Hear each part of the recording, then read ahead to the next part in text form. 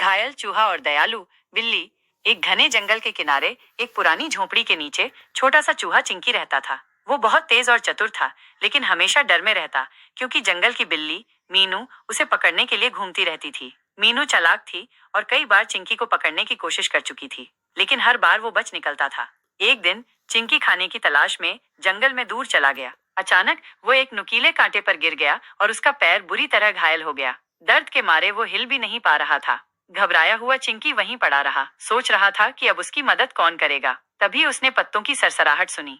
जब उसने ऊपर देखा तो उसके दिल की धड़कन तेज हो गई। वो मीनू थी। चिंकी ने सोचा कि अब उसका अंत निश्चित है, लेकिन मीनू ने उसे पकड़ने के बजाय धीरे धीरे उसके पास आकर उसका घायल पैर देखा। उसकी आंखों में चिंता थी। मीनू ने अपने नरम पंजों से कांटा निकाला और अपनी जीभ से चिंकी का घाव चाटा, जिससे उसे थोड़ा आराम मिला। फिर मीनू ने अपने मुंह में एक पत्ता लाकर चिंकी के घाव पर रखा, जिससे खून बहना बंद हो गया। चिंकी आश्चर्यचकित था।